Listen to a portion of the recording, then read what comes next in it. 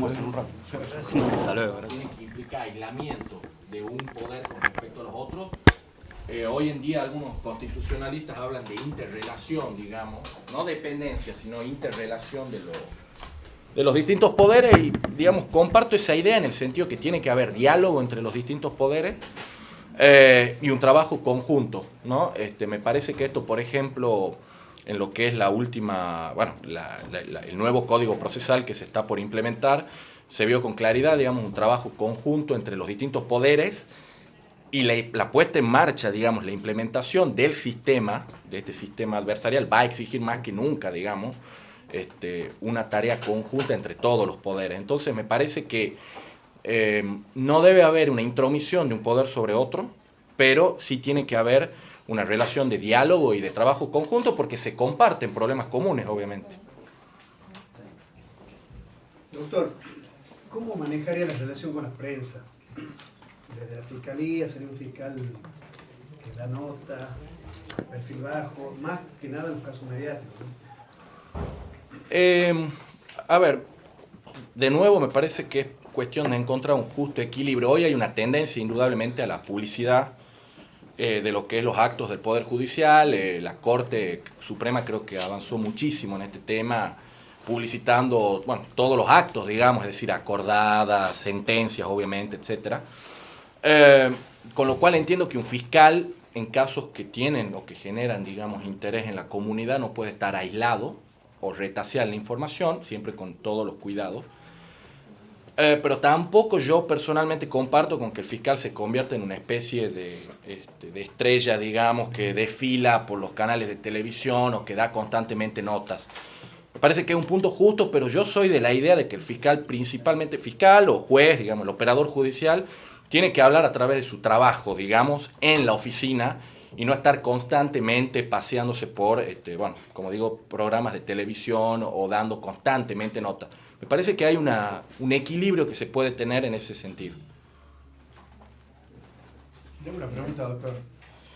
El Código Civil y Comercial nuevo, a diferencia del Código de Comercio anterior, el Código de Comercio anterior ponía como personas que se encontraban o que no podían ejercer actos de comercio a los jueces.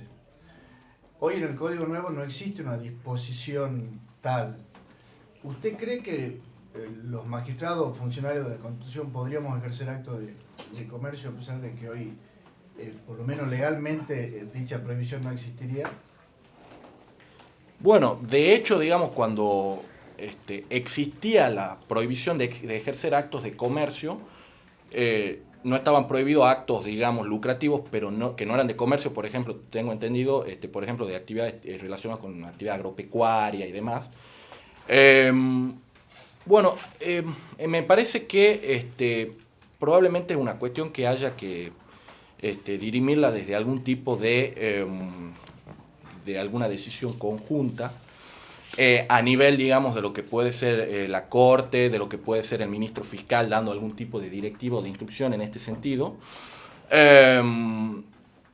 Está claro que me parece que si se trata de una actividad comercial que representa algún tipo de incompatibilidad con la tarea que efectúa el magistrado, desde ya que no se debe llevar a cabo. Pero dado que esta nueva situación que se plantea, como usted dice, doctor, me parece que probablemente lo ideal sería tomar algún tipo de decisión conjunta hacia adentro, digamos, ¿no? Como pauta general.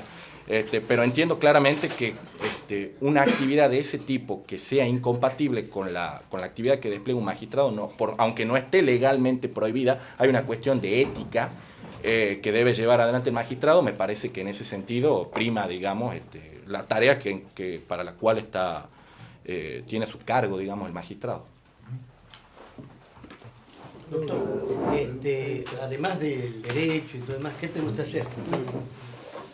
Bueno, me gusta juntarme con mis amigos, mis actividades, digamos, con mi familia. Me gusta viajar, me gusta mucho viajar. Principalmente eso, digamos, bueno, darme mi tiempo, digamos. Creo que un poco relacionado con lo que usted decía, Creo que era usted, doctor, el que me había preguntado el tema de, sí, del estrés, de la presión a la que estamos expuestos. El doctor, y después yo Sí, te pregunté, sí. después yo te pregunté. Máxime, digamos, teniendo en cuenta el cargo para el que estoy concursando de fiscal de instrucción, me parece que es fundamental. Si uno efectivamente quiere desempeñar correctamente la función, darse un tiempo, digamos, para despejarse de todo lo que es. Creo que si uno está constantemente metido en esto, digamos, después no puede desarrollar correctamente la tarea. Me parece que es fundamental, digamos, tener un espacio, digamos, fuera, digamos, de lo que es esta actividad. Si no hubiera sido abogado, no me contesté.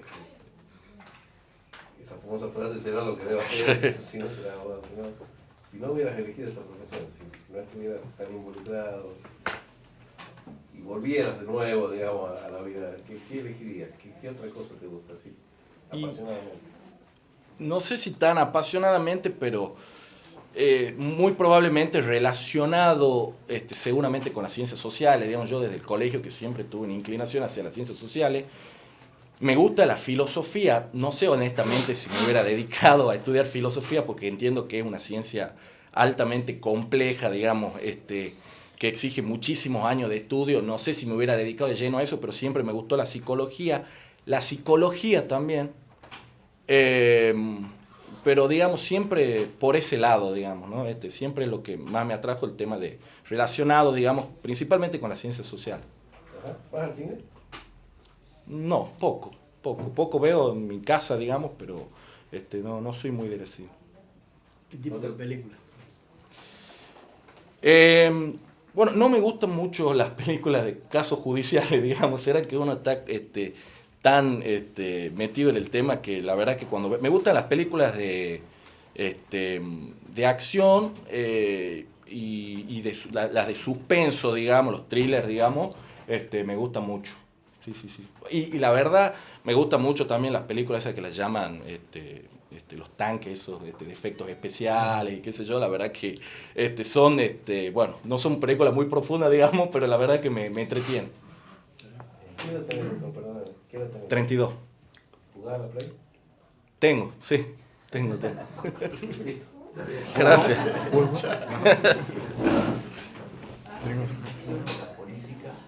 Y de la politización de la justicia. ¿Cuál es tu reflexión? Bueno, yo creo que hay algo que atraviesa las dos cosas, que es la política criminal.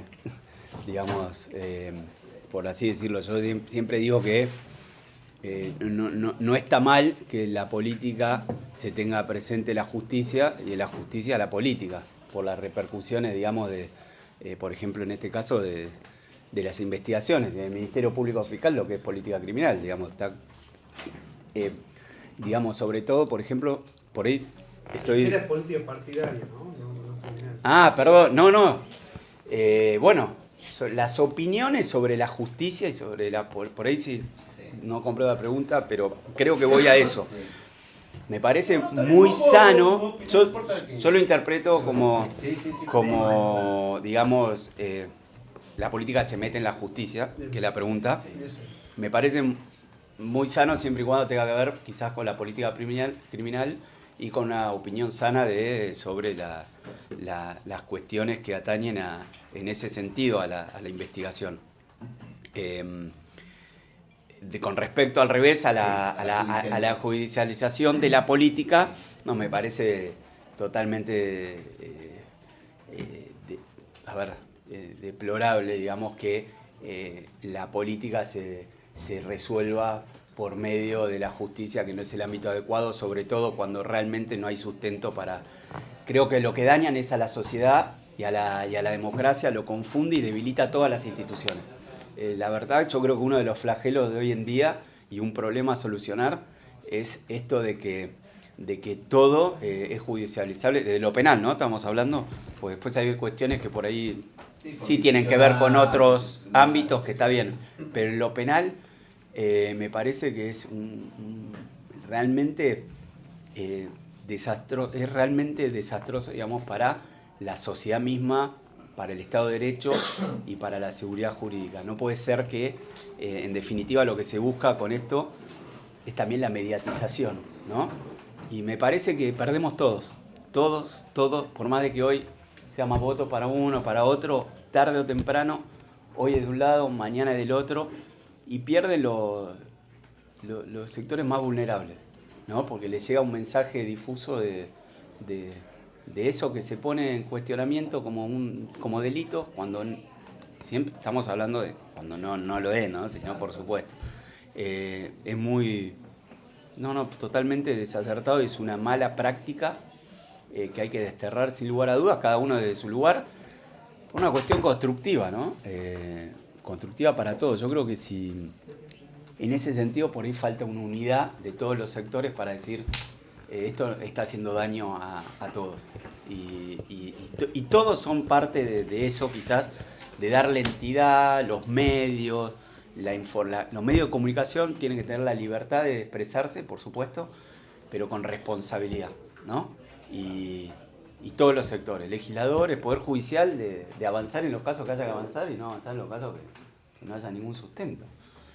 Parece fácil, pero hoy es un centro clave que se está tratando en los últimos años. Estamos viendo a nivel nacional, sin tomar partido de un lado al otro, va para el otro lado, pasó con el sistema de justicia 2020, que las discusiones fueron dadas a decir, bueno, en definitiva se trata de sanear algo, pero bajo una forma bastante cuestionable. Fue la discusión, ¿no? Lamentable. Quizás las intenciones son muy loables, pero digamos, poner en práctica eso, no sé si estamos preparados. ¿Qué entendés vos por judicialización de la política? Yo lo que entendí ¿Qué es... entendés que te pregunta él? Por ejemplo, muchas cosas. No, pero muchas cosas. Estamos desde justicia legítima, en ese sentido, a las denuncias penales de todos los días. Te doy dos casos. Sí, El caso de César Carrión sí, y el caso de Plan Belgrano. claro. Por el uso dado a esas denuncias, que es de totalmente, considero, no conozco pormenores, es deplorable. La verdad que es lamentable. Perdemos todo, pierden todo, ¿no? Todos los sectores, todos los partidos. Eso por un lado. También hay otro, también está el tema de justicia legítima. También me parece... Eso es, digamos, ya la politización de la justicia. También que es muy sano, obviamente todos tienen sus intereses, sus pensamientos, sus votos, todo, pero quizás aferrarse desde un sector de la justicia en cierto sentido, nosotros lo podemos entender, digamos, con cierto conocimiento, pero la gente está requiriendo otra cosa, de las personas responsables y a las que no fueron delegados funciones con gran responsabilidad de gobierno, de legislativo, de cada ámbito. Eso es lo que pienso, es lamentable, sin lugar a dudas. Tengo una pregunta, y creo que no te he hecho, si te he hecho me decís con total libertad. Sí. ¿Qué opinas del juicio por jurado? No me la hizo.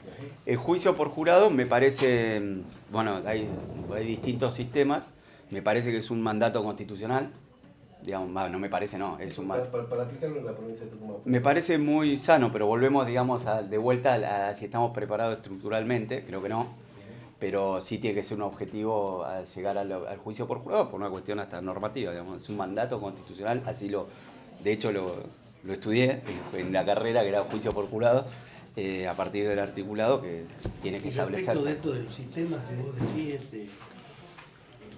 Sistema mixto o representación bueno, pues si no es medio largo.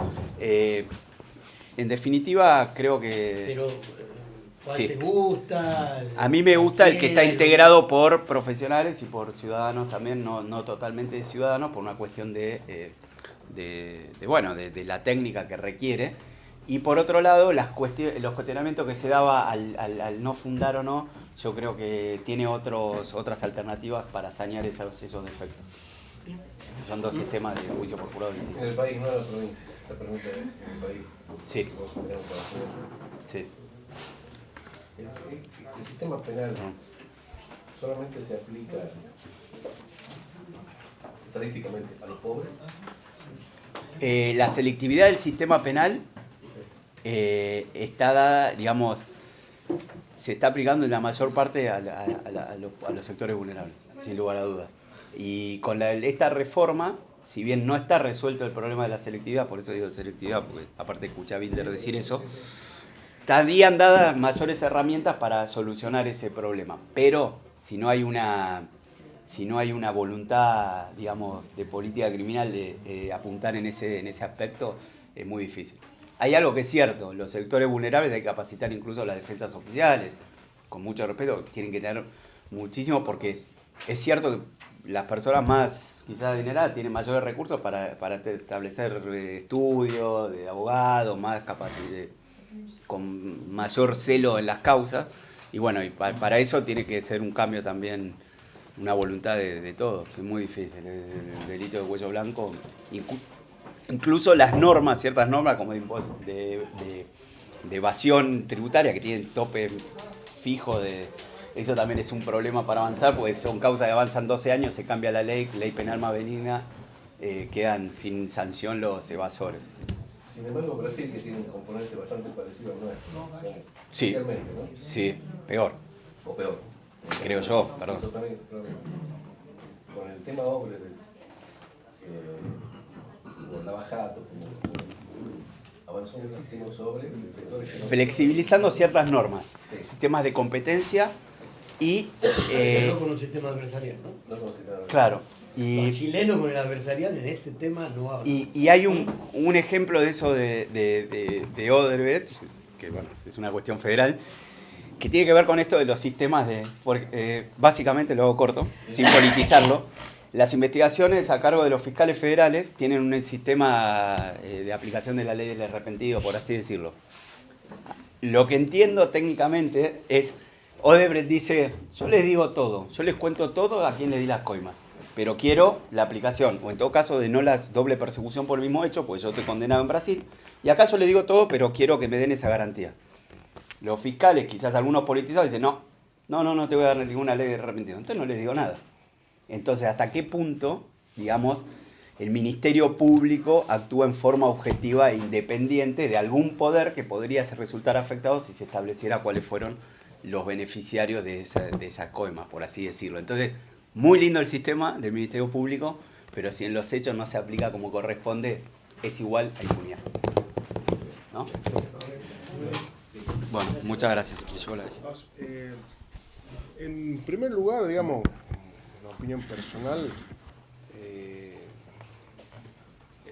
en tanto y en cuanto no afecte la función, digamos, propia que tenga, digamos, el magistrado al momento de llevar su tarea específica, no habría inconveniente. Si bien se establece, digamos, ciertas pautas, como ser la intangibilidad de las remuneraciones del magistrado para asegurar el tema de la imparcialidad del mismo, en un primer momento no encontraría personalmente ningún reparo, pero siempre y cuando no tenga una afectación directa, digamos, con el ejercicio de la función propia del magistrado. Digamos. Eso principalmente creería yo que no habría ningún inconveniente con que ejerza el comercio. A título informativo, ¿no? Hay algunos códigos de ética que inclusive ponen en duda que los jueces puedan formar parte de asociaciones civiles. Lo cual, lo pregunto porque me parece que es un tema, primero de lo ético y después, bueno, que pensarlo, no está la norma, pero bueno, ¿qué hacemos? Doctor, de acuerdo a la información entre la Corte y el Ministerio Público, hay ciertas diferencias. Sí. En esto en cuanto al estrés, en el ambiente laboral, etc. ¿Cómo lo perciben ustedes? El desarrollo de su función. Y bueno, yo creo que el tema del estrés, digamos, se puede ver o puede ser muy plausible, muy patente, digamos, en el fuero nuestro, digamos, donde hay ciertas circunstancias de que son termómetros, por así decirlo, ciertas cuestiones que son o que marcan o que aumentan situaciones de estrés, digamos. A ver,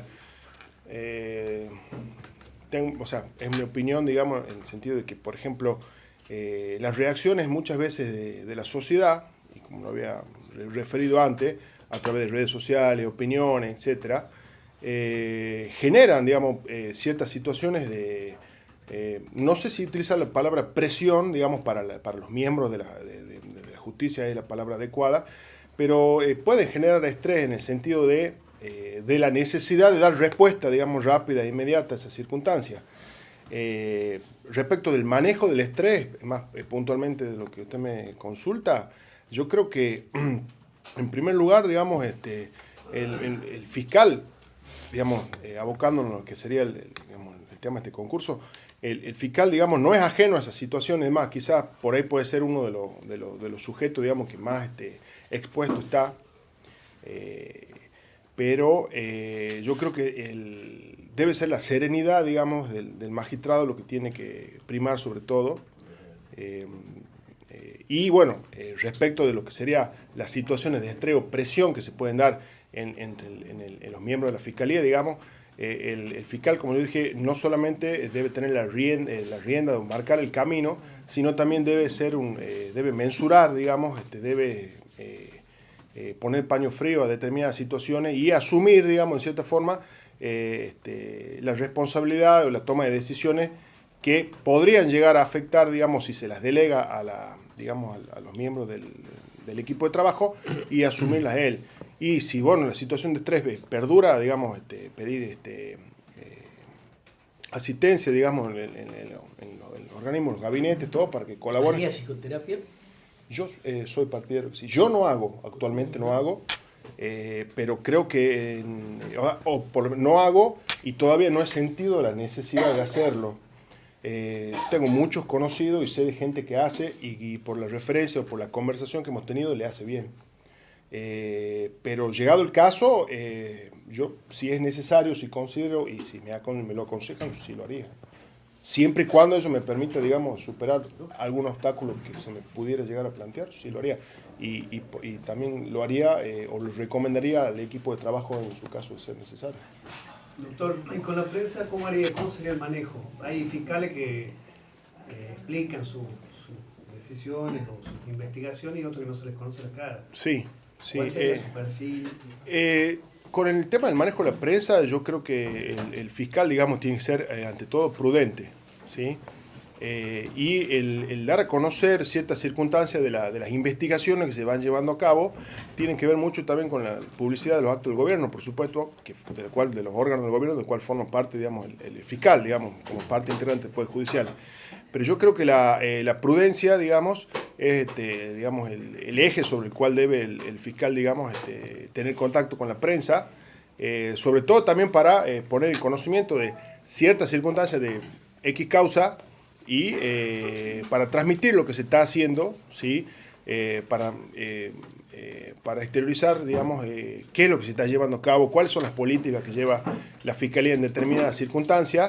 Yo creo que sí tiene que tener un contacto el fiscal con la prensa, mensurado, por supuesto, y siempre en pos de dar a conocer o poner en conocimiento de lo que se hace. Siempre, lógicamente, aquí vamos a estar hablando con las directivas o en conocimiento del ministro público, del ministro fiscal, todas las cuestiones o todo el trato que se hace con la prensa. Yo creo que sí tienen que tener contacto porque también debe ponerse en conocimiento de la sociedad y cómo se está trabajando, pero en forma prudente. Esa sería mi opinión. Sí tendría contacto con la prensa, pero en forma prudente para no por ahí ventilar ciertas circunstancias de una investigación, de una causa determinada, que puede llegar a frustrar, digamos, la misma. ¿Qué le gusta hacer en sus ratos libres, doctor? En mis ratos libres me gusta muchísimo pescar. Me gusta muchísimo pescar. Obviamente, descontando estar con... Pescador y guitarrero. Descontando, por supuesto, las actividades con mi hijo, con mi familia, pero pescar es lo que me gusta muchísimo. ¿Cómo le va, doctor?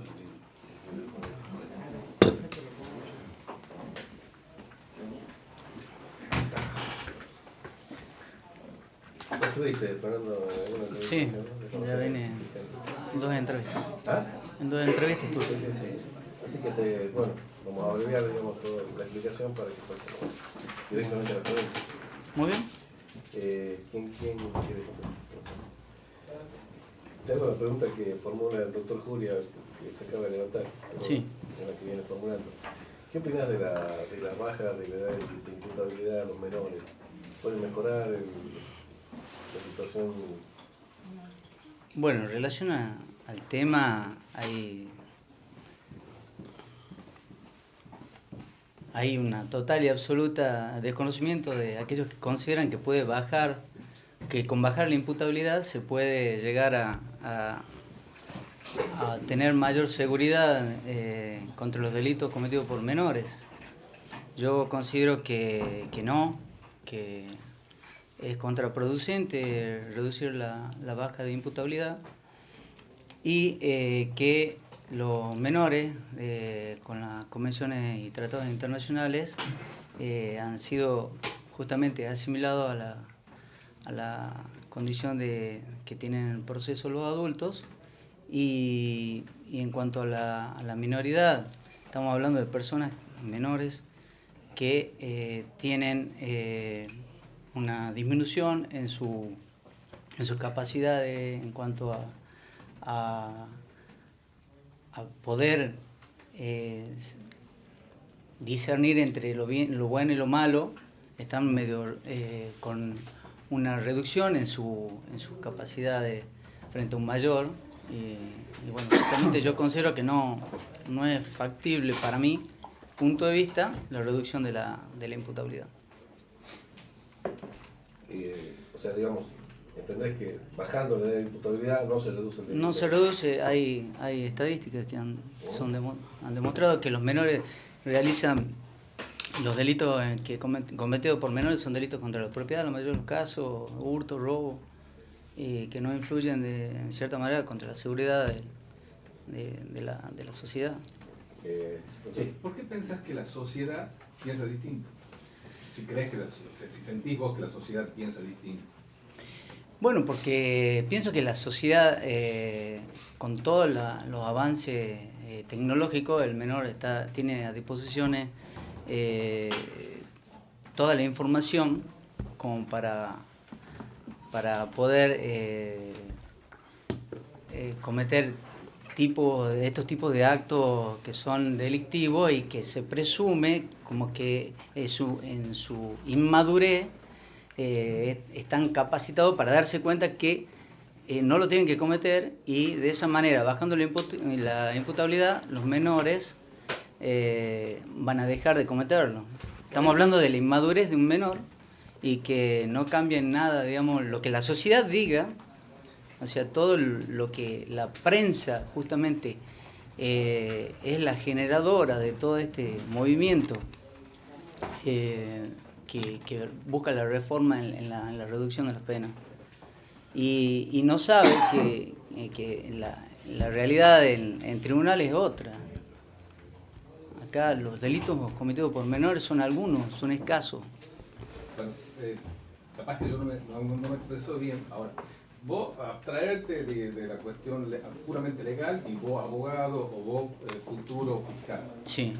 Como parte de la sociedad, parte de la sociedad siento, una parte importante, no te diría que todo, pero una parte importante siente que eso, que se tiene que bajar la edad, porque bueno, por todo lo que conocemos, los menores son justamente quienes participan activamente de todo este tipo de hechos delictivos, y gran parte de la sociedad considera de que se tiene que bajar la edad de imputabilidad. ¿Por qué vos sentís que la sociedad siente de esa manera, piensa de esa manera? Nosotros como sociedad, en una parte, digamos. Me parece que la sociedad en cierta medida... ¿Vos crees que parte de la sociedad piensa así? Sí, parte de la sociedad piensa así, pero siempre existen elementos que dentro del contexto generan esa opinión pública, y que son formadores de opinión que llevan a casos como cometidos por equivocar a la sociedad, de que un menor, por el hecho de que haya cometido un hecho aberrante, debe ser castigado con mayor severidad. O sea, la prensa en principio sería responsable en gran parte de todo. Sí, la prensa porque no se establecen reglas claras que permita discernir a la sociedad de que este menor es inmaduro, es una persona que tal vez tiene dentro de su ámbito familiar o intrafamiliar sufre de muchas falencias, de muchas faltas, y que justamente hay que ayudarlo, hay que colaborar con ese menor para reinsertarlo en caso de que esté situado dentro de menores en conflicto con la ley. Doctor, ¿qué opinión tiene sobre la creación de la policía judicial y en qué jurisdicción tendría que funcionar? Yo estoy de acuerdo con la creación de la policía judicial. De hecho, ya existen departamentos que están dentro del Ministerio Público que han sido creados, como el científico, el de investigación, y un departamento que atiende todo lo que es la parte de criminalística, y esa idea originaria de la creación de la policía judicial dentro de lo que es el órgano judicial, independizándolo de lo que es el Poder Ejecutivo, considero que es beneficioso para que la sociedad entienda que siempre se la asimila a todo el tema de la policía judicial, el tema de los ADN, como que cierto grado de corrupción siempre es asimilado por ese lado, porque es como una costumbre que viene de hace años, de que todo se cambia, de que todo, entonces el hecho de que se cree una policía dentro de lo que es el Poder Judicial va a permitir que la sociedad sienta un poco más de seguridad, de que las pruebas no se pierden, de que existe una estructura que está separada de lo que es la policía, que en cierta manera son muchos involucrados, todos son puestos en la misma bolsa, pero no, hay gente, policías que son buenos. ¿En dónde funcionaría? ¿En qué ámbito? Dentro del Ministerio Público Fiscal. Doctor, ¿qué opinás sobre la presencia del fiscal en la escena del hecho? ¿Es necesaria? ¿No? ¿Siempre? ¿Personalmente? ¿O delegado en algún funcionario? En ese caso, con alguna directiva. ¿Cómo No, tiene manejaría que, ese tema? el fiscal tiene que estar presente en todos aquellos hechos que sean de gran envergadura. Tiene la colaboración del ayudante judicial para aquellos casos de accidente de tránsito, por ejemplo, donde sí se tiene que preservar la escena del crimen o la mise en scène, buscar todos los elementos probatorios y dar las instrucciones a aquellos que son sus colaboradores. Fundamentalmente, el fiscal considero que tiene que estar en aquellos hechos que son cometidos contra los abusos sexuales, delitos contra las personas, y en los otros hay que delegar porque es mucha la cantidad del caudal de causas que ingresan, 3.000 causas por turno. Y cuando estuviera presente, porque el hecho es de alguno de los que, según tu criterio, amerita la presencia, ¿con qué criterio te manejarías? ¿Cómo seguiría los protocolos que están establecidos ya dentro de lo que es la Corte? Se han establecido ciertos protocolos que habría que seguirlo al pie de la letra y bueno, justamente uno que va a estar ahí va a ser el custodio de toda esa formalidad que se debe seguir.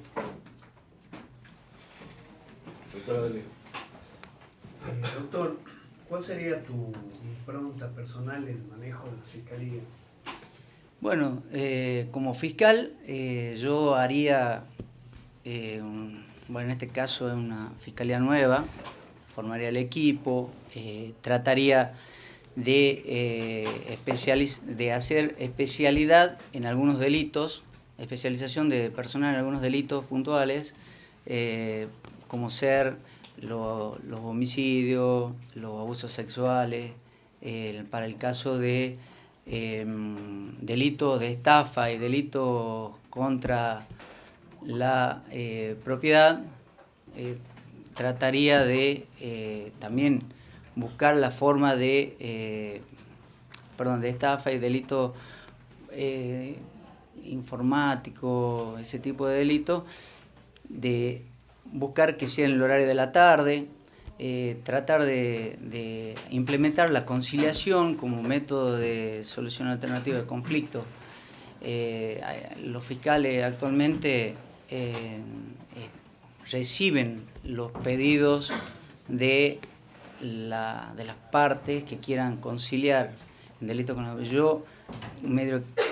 Yo iría a explicarles cuál sería el método o modalidad a seguir y que justamente desemboque en eso. Yo trabajando en la Cámara Penal, en cierta medida hemos trabajado como mediadores sin que exista la mediación, y en delitos como de calumnia y injuria siempre se han logrado buenos resultados.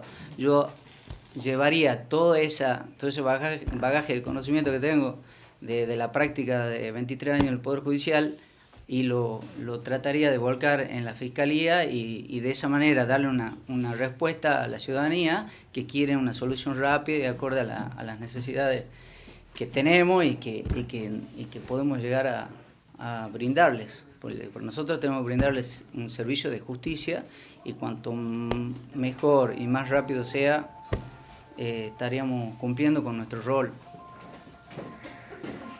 Doctor, yo le hago una pregunta.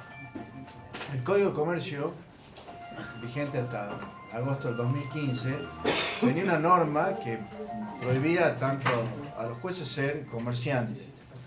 El Código Civil Comercial actual no tiene una norma similar, hoy llamado no comerciante sino empresario. ¿Usted cree que nosotros, los jueces o magistrados o funcionarios de la Constitución, podríamos ejercer el comercio o ser empresarios? No deberíamos ejercer el comercio ni ser empresario, porque llevaría a que las partes que estén involucradas en algún tipo de litigios, en este caso ya sea cuestiones relacionadas a delitos contra la propiedad, usurpación y ese tipo de cosas, llevaría a que existe una confusión en caso de asistir a lugares donde uno ejerce el comercio, digamos. Sí. Al ser un buen cliente, soy tu mejor cliente, y de esa manera como que influiría en cierta medida en volcar la balanza por un lado o por el otro. Yo me refiero a que sea el magistrado o funcionario empresario, o sea, que sea él la cabeza de una actividad productiva, por llamarlo de alguna forma. Sí. ¿Existiría la prohibición hoy o no? ¿Lo podríamos hacer o no? ¿Deberíamos hacerlo o no? Siempre y cuando no exista una relación social, yo considero que podría existir unas excepciones, como ser el ejercicio el hecho de montar una empresa en el campo, por ejemplo, donde la producción va a estar netamente vinculada a la tarea esta de producción de hortaliza o citrus y la posterior venta. Podría ser por ese lado, ¿no? Que yo opinaría que estaría bien. No habría incompatibilidad. Y de hecho lo único que tenemos es la docencia y nada más. Doctor, recién le preguntaba al presidente si era tu primera entrevista, me dice que no, ya has pasado por otra entrevista. Ya pasé por tres. Es muy probable que ya hayas contestado esta pregunta, pero yo no la conozco, digamos, no, si te la hicieron, yo no estuve presente.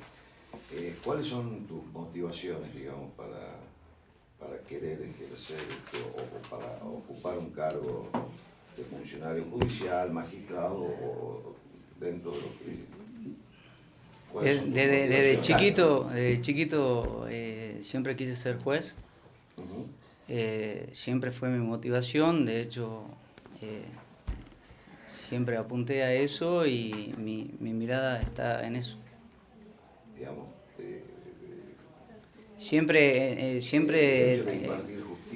el hecho de impartir, siempre tuve al lado mis amigos siempre han sido los más débiles, digamos, no sé, como decirle algo. Siempre ha estado relacionado a buscar el justo, el punto justo,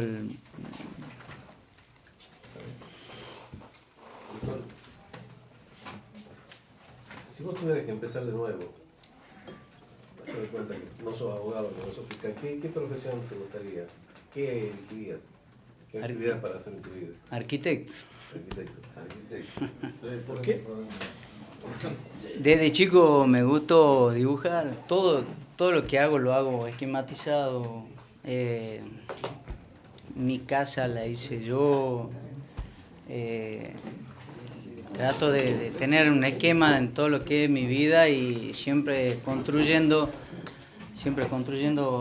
lo que me gusta, siguiendo algo que... Yo le diría a mis colegas de que lo que acaba de decir el doctor ya merece un análisis profundo de todo, ¿no? ¿Te gusta leer? Sí me gusta leer. ¿Lees cosas que no sean de derecho? Sí, pero relacionado a la docencia, que lo que yo enseño, argumentación, redacción jurídica. O sea, lees un Sí, le leo a mi hijo, todo aquí, el último, El Señor de los Anillos, estuve leyendo últimamente. Eso es lectura para niños. Lectura para niños, lo leo con ellos con gusto. ¿Te acordás de algún libro, del último libro que leíste que no sea de derecho? Marafiotti, que son libros relacionados con la docencia. La docencia, sobre argumentación. La argumentación, sí, todo relacionado a eso. ¿Películas? Película, me gustan las películas de Argentina. ¿Cuál es la última que te acordás de ver? Bueno, hace poco he visto una de Francella, Corazón de León. Corazón de León. Mencióname un prócer con el que te sientas identificado. Martín Miguel de Güemes, San Martín. Martín Miguel de Güemes porque ha sido un luchador sin nada. Y bueno, San Martín, palabra mayor. Contame, ¿qué es lo más importante que has aprendido de tus errores? Lo más importante de mí, hay veces que soy impertinente, o sea, paso alguna barrera, no tengo miedo, esos son mis errores, y después... Eso no sé si es un error, a veces es una virtud, eso también. Y después, ¿no? Hay veces que soy medio olvidadizo de algunas cosas, pero... ¿Sos trabajador? Soy trabajador. ¿Sos formal, no sos formal? No, soy bastante... Dame dos virtudes y dos errores y dos defectos. Yo no puedo estar sentado, eso es una de mis virtudes, no puedo estar sentado, voy a estar siempre ahí, frente a las personas que tienen que estar a mi lado. Y aparte soy perseverante. Esas son mis virtudes, son perseverancia y no me quedo quieto. Bien. Recién, para que te quede claro, ¿no? Cuando yo decía de que merece un profundo análisis es porque hay muchas coincidencias con la pregunta que yo te hice, hay muchas coincidencias con distintos... Con otros entrevistados. Otros entrevistados. Ajá. Muchos arquitectos. Sí, digamos, es algo que... Sí. Hechos recientes han puesto de nuevo en discusión, digamos, en debate, como decía recién, siempre está en debate, pero por ahí toma mayor jerarquía o mayor, bueno, no me sale la palabra. En realidad es un hecho de hace unos días atrás donde 3 jóvenes tuvieron un hecho de violencia, sí. Uno perdió la vida, o 4 jóvenes creo, sí. Del cual uno perdió la vida. Y lógicamente, por lo menos acá en Tucumán, resurge y se pone el tema de discusión nuevamente, el tema de la imputabilidad, digamos, de disminuir la edad. Sí. ¿Qué opinión te merece al respecto? Teniendo en cuenta, digamos, un aspecto tal vez netamente jurídico, pero también un reclamo que no podemos reconocer por parte de la sociedad. Digamos, ¿cuál es tu...? Es gracioso, justamente me cite ese tema porque yo estaba justo en ese momento. Estaba justo en la calle esperando el colectivo. Yo cumplo la función de ayudante fiscal en la Fiscalía Cuarta y la Fiscalía Tercera estaba de turno. Entonces, yo al ver el alboroto pensaba que era una pelea de chicos, porque siempre se juntan chicos en esas esquinas. Y después empiezo a escuchar a la gente en los comentarios que decían que no, le pegó un tiro, que no, que le había sido una puñalada. Me acerco y veo a estos dos chicos que estaban tirados.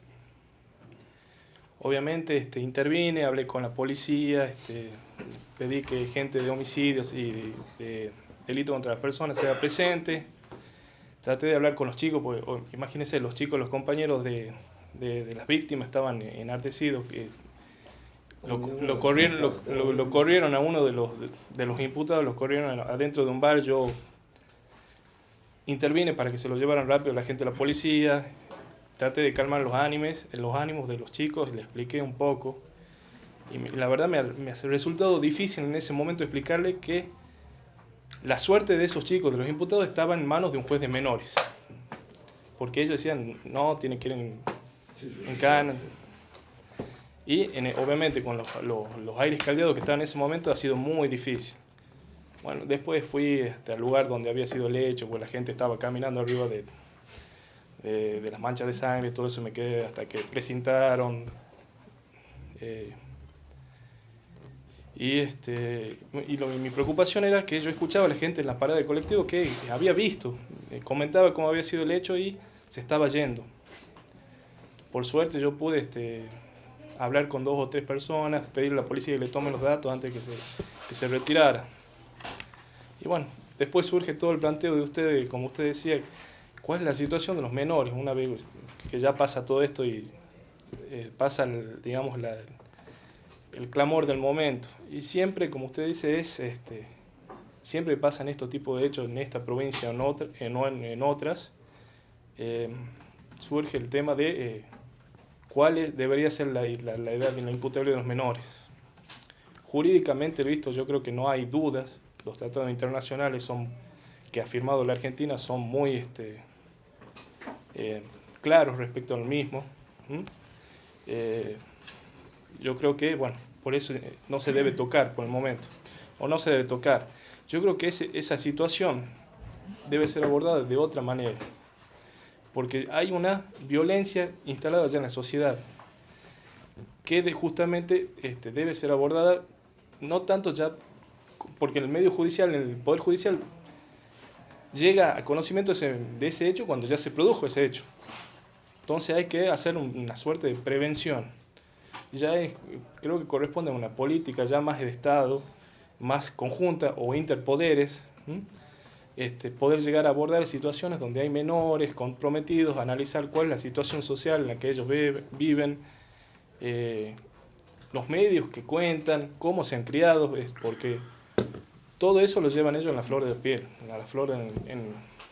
y por eso no es tan fácil, no es tan, ¿cómo explicarlo? No es una respuesta simple, de decir, no, la edad justa de imputabilidad a las 14, 14 y medio, 15, 16, cual fuera, sino pienso que es más una política de abordaje a la situación de violencia que se está viviendo últimamente, que creo que está muy relacionado con el tema de la droga. Lo veo cómo la droga se va metiendo en la sociedad y especialmente en los menores, y cómo está creciendo la delictividad del menor, todo relacionado directa o indirectamente con el tema de la droga.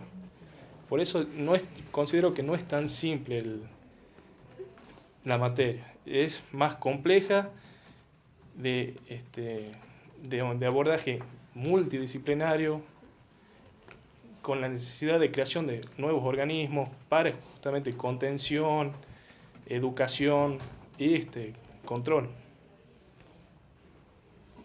No sé si me parece... ¿Vos crees que todo el tema de la violencia de menores tiene que ver con la droga? No, yo lo que digo es que estoy viendo que actualmente ha crecido el número de delictividad que tiene una relación, pero no, yo considero que todo viene, como dicen, en la casa de la cuna, o sea, de la crianza, y bueno, esos menores no han tenido las oportunidades que han tenido mucha gente de ir a un colegio, desde chicos sufren de problemas familiares, padres abusivos, millones de problemas. O sea, no solamente está relacionado con drogas, sino es un problema, yo te digo, social. O sea, tiene un tinte social muy, muy marcado. Pero lo que yo sí afirmo es que el crecimiento que se viene dando de la delictividad de menores tiene relación con la droga. Conozco de casos de menores que sacan las puertas de la casa para ir a venderla para consumir. O sea, no un elemento como una puerta. Así es. Sí, sí. Para mí está bien. Javier. No, era un poco lo que termino diciendo. Independientemente del rol del Estado, con distintas facetas para intervenir, digamos, Sí. la familia, ¿qué papel cumple ahí en todo esto? Y por eso le digo, es el principal motor. A ver, va a ser el formador del menor en el futuro. Va a ser un reflejo de lo que él haya vivido en la infancia. Sí, José, ¿qué tenías una pregunta? Bueno, doctor, le saca un poco el tema jurídico. ¿Qué libro ha leído últimamente no jurídico, de cabecera? Sí ha leído. No es medio difícil leer, uno siempre lee temas jurídicos. Durante las vacaciones uno tiene algo de tiempo de leer y estaba leyendo una novela policial que se llama El Testamento. No me acuerdo el autor. Gris. Y estoy en la mitad, no puedo seguir. ¿Películas? Película. También es difícil. No veo mucha televisión o generalmente veo dibujitos. Tengo 2 hijos chicos, así que veo muchos dibujitos. Obligado. Muchos dibujitos y sí, uno cuando tiene tiempo trata de ver algo que lo esparza y en comedias, series. ¿Y qué le gusta hacer cuando no está metido o inmerso en el mundo jurídico? Creo que me refugio mucho en mi familia. Me gusta mucho salir, pasear con ellos, compartir cenas, almuerzos. Me refugio mucho. Es mi cable a tierra. Si usted no hubiera elegido esta profesión y tuviera que volver a elegir, retroceder unos cuantos años, ¿qué le gustaría ser? Tal vez médico. Médico. Es la otra profesión que me gusta. Ajá. Y como ciudadano, ¿qué opinión tiene respecto de la justicia? Es que mi opinión no es parcial, porque yo trabajo en la justicia, así que Bueno, entonces su opinión es No es parcializada. imparcial, no es imparcial, mejor dicho, ¿no? Está parcializada. A ver, yo trabajo en el fuero penal y yo considero que el fuero penal o la justicia penal es la vitrina de la justicia. La sociedad valora la justicia en base al fuero penal o los fallos que se den dentro. Como no conocen de lo que pasa en los fueros civiles, contenciosos, es la vitrina. Y obviamente estamos, lo que hablaba recién, estamos considero yo, una época de mucho conflicto, no solo delictual, o sea, de comisión de delitos, sino de conflictos vecinales. Entonces creo que la percepción general de la ciudadanía, del pueblo, es un poco de un descrédito en la justicia. ¿Y cómo hacemos para que vuelvan a confiar en nosotros? Y bueno, esa es la pregunta. Creo que la nueva reforma es el primer paso, porque ya no va a ser el fiscal el que tiene la causa y la víctima sentada en la casa pidiendo justicia, sino ya se le va a dar un cierto protagonismo a la víctima y se la va a hacer como responsable de su propia causa. Usted va a tener la posibilidad de continuar adelante. El éxito o fracaso de esa persona va a depender de ella y ya no de la figura del fiscal de la justicia. Entonces, me parece muy positivo ese hecho de que ya la ciudadanía, obviamente en ciertos casos, pase a ser, ¿cómo decirlo? Protagonista de sus propios conflictos o sus propios problemas. Y ya no dependiendo de estar de la mano de la justicia o del fiscal para que lo resuelva en un tercero. Y creo que, más allá de que, por ejemplo, hablando hipotéticamente, el resultado obtenido por esa persona no haya sido el pretendido, va a tener una sensación más de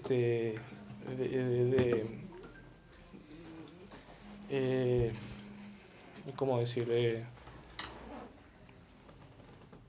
aceptación, o por lo menos una sensación de satisfacción de que realizó la tarea.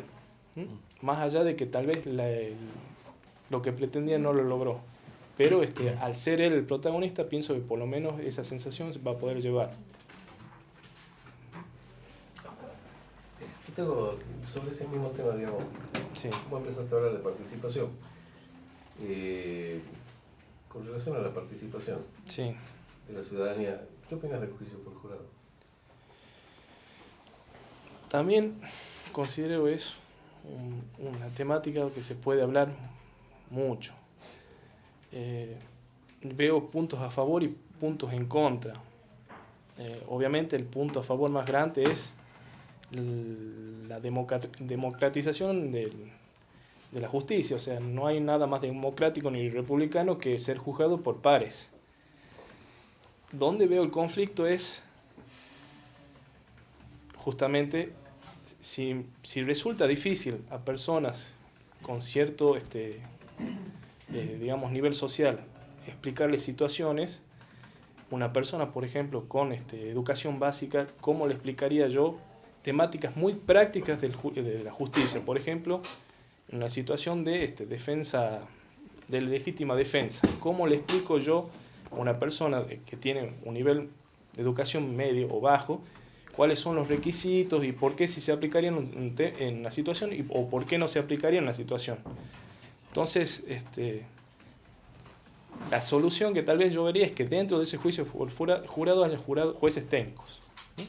Que más o menos guíen cuando se planteen situaciones que tengan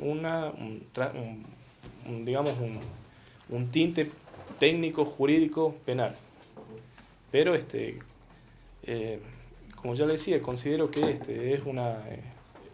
es la forma más republicana de juzgamiento. ¿Y como regla, lo ve con simpatía o no? ¿O le genera más resistencia que simpatía? Soy como expectante, quisiera ver cuáles son los resultados y de ahí inclinarme. Estoy como a la espera de ver que me sorprenda. Por ahí, por ejemplo, estoy escuchando que en Buenos Aires fue el juicio de Farre, que hoy lo condenaron, y justamente por un juicio con jurado. Y lo condenaron con qué pena, y estaba escuchando que para que sea prisión perpetua de los 12 jurados, los 12. Así que, entonces eso me dio buena espina, me gustó, por lo menos creo que comprendieron bien el caso, me dio fe de que puede llegar a funcionar. Y bueno, ya le digo, estoy expectativo a ver cómo funciona acá. Pero otra pregunta que le formulo en ese sentido, con la respuesta del Poder Judicial sí. hacia las víctimas, que son hoy las que más aparecen, digamos, ¿no? Porque creo que lo otro está invisibilizado, digamos, como imputado, me parece que está como muy fuera del esquema, o por lo menos en lugares muy feos, digamos. Pero bueno, las víctimas que aparecen mucho en escena, digamos. Sí. La creación de una oficina de atención a la víctima. Sí, me parece que puede dar una respuesta, o es un gasto innecesario. No, yo creo que sí, obviamente. Todo lo que ayude a la víctima, primero, a tratar la situación que está viviendo. Por ejemplo, hay distintas clases de víctimas, obviamente. Por ejemplo, una víctima de violencia doméstica va a necesitar otro tipo de asistencia que una víctima de un accidente culposo. Con aporte de profesionales, primero la contención de la víctima. Y una vez que esté dentro de un ámbito de contención, que esa oficina se encargue, ya el asesoramiento jurídico también, de explicarle cuáles son las vías posibles y en caso de que, bueno, obviamente quiera acudir a la justicia, hasta una representación, poco también sacando defensoría, pero sé que hay algunos organismos de derechos humanos que están un poco haciendo eso. ¿Y en qué órbita cree que tendría que estar esta oficina de la víctima, de asistencia a la víctima? en órbita del Público. Ministerio Ejecutivo, Público. judicial, y dentro del judicial, O bueno, la corte, con o el tendencia de la Ministerio corte. Público, Y corte. ¿por qué no podría ser interdisciplinaria también? La Oficina de Violencia Doméstica ahora está en ámbito de la Corte, sin embargo yo por ahí veo que hay falta de comunicación con el Ministerio Público. Entonces estaría bueno que sea interpoderes, digamos, o interórganos del Poder Judicial para que tenga un mejor desarrollo. Por ejemplo, podría ser, la Corte podría estar encargada de todo lo que sea contención, asistencia y por ejemplo, ser de lugares que brindan alojamiento a las víctimas y el Ministerio Público a través de las defensorías, la asistencia jurídica. Doctor, la última reforma de la ley orgánica pone la morgue como Sí, bajo la dependencia funcional del Ministerio Público. sí. Conforme el sistema adversarial, ¿usted cree que es correcta esa decisión legislativa? ¿Incorrecta?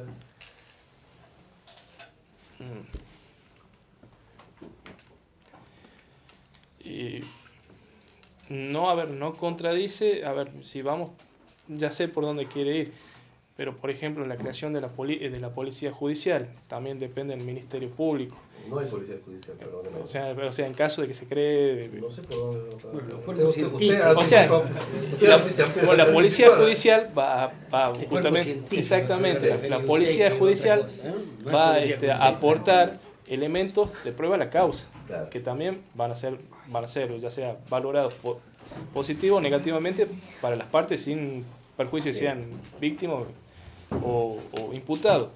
Acá también, considerando que actúe de forma imparcial la morgue o el cuerpo médico forense, yo creería que no habría problema que esté en ese ámbito, porque al igual que la policía judicial o los cuerpos, como dice el doctor, los cuerpos... Pero no se produce una pérdida de balance o de equilibrio que debería tener el Usted Ministerio dice, Público. en la medida que actúe de forma imparcial, pero depende Claro. del Ministerio Público, que no tiene obligación de ser imparcial. Claro, que no tiene. Tiene que ser No, tiene objetivo, pero Defensa, no imparcial.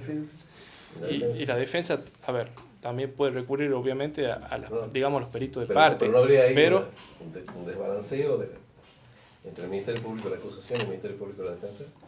Si yo manejo la prueba, es que la evidencia. uno no maneja la prueba, no manejaría, la solicitaría que la No, incorpore porque- esa Está bien, parte. pero digamos, el cuerpo ese depende de ahí. La produce, La dependencia orgánica tiene alguna incidencia a veces en estas cosas, no por necesariamente mala fe, ni Claro. ni desvío voluntario, pero es una dependencia orgánica. Pero bueno, es un sí, tema. yo considero que ya le digo. Está bien. ¿Tratamos? ¿Querés La algo? última chiquita. ¿Para usted los fiscales, jueces, magistrados deben pagar impuestos a la ganancia? No sabía decir. A ver, Véalo, contéstele desde el punto de vista jurídico, desde el punto de vista político, social, digamos, y diga si coinciden a o no. ver, de un incluso, punto, pueden de un coincidir punto o no. de vista político o social, mejor dicho, yo creo que el impuesto al trabajo no debería pagarse, no debería pagar nadie, porque grava el trabajo, lo que uno produce con el trabajo de uno. Distinto es si ya tiene una empresa donde se dedica y es comerciante, ahí sí podríamos considerar una ganancia. Pero El salario no. el salario creo que un poco no me gusta que Sí, pero me parece que la pregunta del doctor se refiere más a esa situación Sí, especial, constitucional, algunos dicen privilegiada, que habrá que Hay discutir gente de que los paga jueces. y los jueces no pagan. claro. Eso creo que Tiene un fundamento, Y no sí, tiene un fundamento. tiene un fundamento, pero yo creo que, si vamos por el fundamento que en esa época era justamente mantener, digamos, que el magistrado mantenga un nivel económico que lo permita ser imparcial, independiente, visto así, desde el punto de vista, no habría problema o no habría, considero hoy puntualmente, no habría problemas que paguen.